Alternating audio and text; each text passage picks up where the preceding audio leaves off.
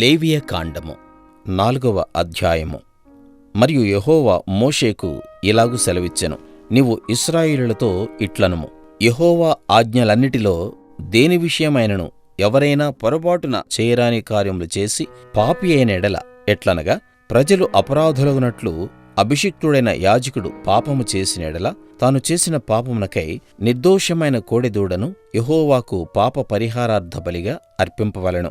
అతడు ప్రత్యక్షపు గుడారం యొక్క ద్వారమునకు యెహోవా సన్నిధిని ఆ కోడెను తీసుకుని వచ్చి కోడె తలమీద చెయ్యి ఉంచి యెహోవా సన్నిధిని కోడెను వధింపవలెను.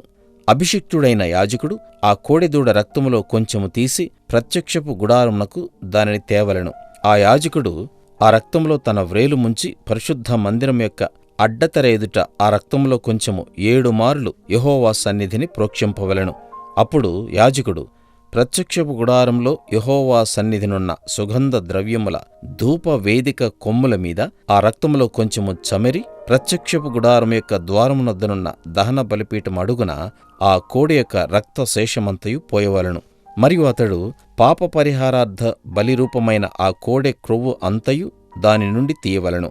ఆంత్రములలోని క్రొవ్వును, ఆంత్రముల మీది క్రొవ్వంతటిని, మూత్రగ్రంథులను, వాటి మీది డొక్కల పైనున్న క్రొవ్వును, మూత్రగ్రంథులపైనున్న కాలేజం మీది వపను సమాధాన బలియగు ఎద్దు నుండి తీసినట్లు దీని నుండి తీయవలెను.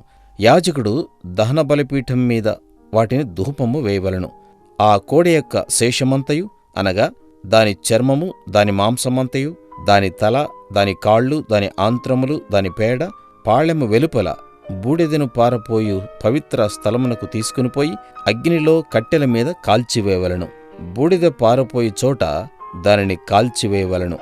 ఇశ్రాయేలీయుల సమాజమంతయు పొరబాటున ఏ తప్పిదము చేసి యెహోవా ఆజ్ఞలన్నిటిలో దేనినైనను మీరి చేయరాని పని చేసి అపరాధులైన ఎడల వారు ఆ ఆజ్ఞకు విరోధముగా చేసిన ఆ పాపము తమకు తెలియబడినప్పుడు సంఘము పాప పరిహారార్థ బలిగా ఒక కోడెదూడను అర్పించి ప్రత్యక్షపు గుడారం యొక్క ద్వారమునకు దానిని తీసుకుని రావలెను. సమాజం యొక్క పెద్దలు యెహోవా సన్నిధిని ఆ కోడె మీద తమ చేతులుంచిన తర్వాత యెహోవా సన్నిధిని ఆ కోడెదూడను వధింపవలెను.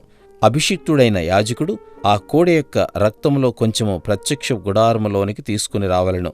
ఆ యాజకుడు ఆ రక్తములో తన వ్రేలు ముంచి అడ్డతెర వైపున యెహోవా సన్నిధిని 7 మార్లు దాన్ని ప్రోక్షింపవలెను. మరియు అతడు దాని రక్తంలో కొంచెము ప్రత్యక్షపు గుడారములో యెహోవా సన్నిధినున్న బలిపీఠపు కొమ్ముల మీద చమరి ప్రత్యక్షపు గుడారం యొక్క ద్వారమునొద్దనున్న దహన బలిపీఠము అడుగున ఆ రక్త శేషమంతయు పోయవలెను. మరియు అతడు దాని క్రొవ్వంతయు తీసి బలిపీఠం మీద దహింపవలెను. అతడు పాప పరిహారార్థ బలియగు కోడెను చేసినట్లు దీనిని చేయవలెను. అట్లే దీని చేయవలెను. యాజకుడు వారి నిమిత్తము ప్రాయశ్చిత్తము చేయగా వారికి క్షమాపణ కలుగును. ఆ కోడెను పాళెము వెలుపలికి మోసుకొనిపోయి ఆ మొదటి కోడెను కాల్చినట్లు కాల్చవలెను. ఇది సంఘమునకు పాప పరిహారార్థ బలి. అధికారి పొరబాటున పాపము చేసి తన దేవుడైన యెహోవా ఆజ్ఞలన్నిటిలో దేనినైనను మీరి చేయరాని పనులు చేసి అపరాధి అయిన ఎడల అతడు ఏ పాపము చేసి పాపి అయినో అది తనకు తెలియబడిన ఎడల అతడు నిర్దోషమైన మగ మేకపిల్లను అర్పణముగా తీసుకుని వచ్చి ఆ మేకపిల్ల తలమీద చెయ్యి ఉంచి దహనబలి పశువును వధించు చోట యెహోవా సన్నిధిని దానిని వధింపవలెను. ఇది పాప పరిహారార్థ బలి. యాజకుడు పాప పరిహారార్థ బలి పశురక్తంలో కొంచెము తన వ్రేలుతో తీసి దహన బలిపీఠము కొమ్ముల మీద చమరి దాని రక్తశేషమును దహన బలిపీఠము అడుగున పోయవలెను. సమాధాన బలి పశువు యొక్క క్రొవ్వు వలె దీని క్రొవ్వంతయు బలిపీఠం మీద దహింపవలెను. అట్లు యాజకుడు అతని పాప విషయములో అతని నిమిత్తము ప్రాయశ్చిత్తము చేయగా అతనికి క్షమాపణ కలుగును. మీ దేశస్థులలో ఎవడైనను పొరబాటున పాపం చేసి చేయరాని పనుల విషయంలో యెహోవా ఆజ్ఞలలో దేనినైనను మీరి అపరాధి అయిన ఎడల తాను చేసినది పాపమని ఒకవేళ తనకు తెలియబడిన ఎడల తాను చేసిన పాపం విషయమై నిర్దోషమైన ఆడు మేకపిల్లను అర్పణముగా తీసుకుని వచ్చి పాప పరిహారార్థ బలి పశువు యొక్క తలమీద తన చెయ్యి ఉంచి దహనబలి పశువులను వధించు స్థలమున దాని వధింపవలెను. యాజకుడు దాని రక్తంలో కొంచెము వ్రేలితో తీసి దహన బలిపీఠపు కొమ్ముల మీద చమరి దాని రక్తశేషమును ఆ పీఠము అడుగున పోయవలెను. మరియు సమాధాన బలి పశువు యొక్క క్రొవ్వును తీసినట్లే దీని క్రొవ్వంతటినీ తీయవలెను. యెహోవాకు ఇంపైన సువాసనగా యాజకుడు బలిపీఠం మీద దానిని దహింపవలెను.